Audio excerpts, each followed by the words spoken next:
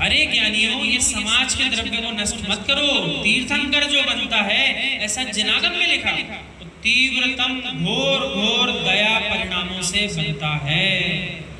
उसको दुख होता है, जरा सा भी अनछने जल का मैंने उपयोग किया तो मेरी मजबूरी थी, अलग विषय, और जीवों की विराधना हुई, ये भी एक विषय। उसको दुख होता है। सम्यक दृष्टि है, किसी भी स्थान पर रहे अपने आत्मा के आनंद में लीन रहता है। उसको दुख होता है, मेरे निमित्त से जीवों की विराधना नहीं होना चाहिए, नहीं होना चाहिए।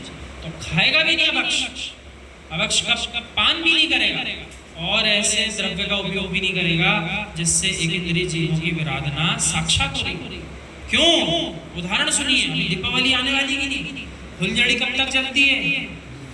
जब तक बारूद है तब तक टिमटिमाटी दिख रही है, आवाज कर रही है, रंग बिरंगी ऊर्जा निकाल रही है, लोगों को, संसार के जीवों को आनंदित कर रही है। कब तक जलेगी फुलझड़ी? जब तक तेरा बारूद है तब तक जलेगी। ऐसे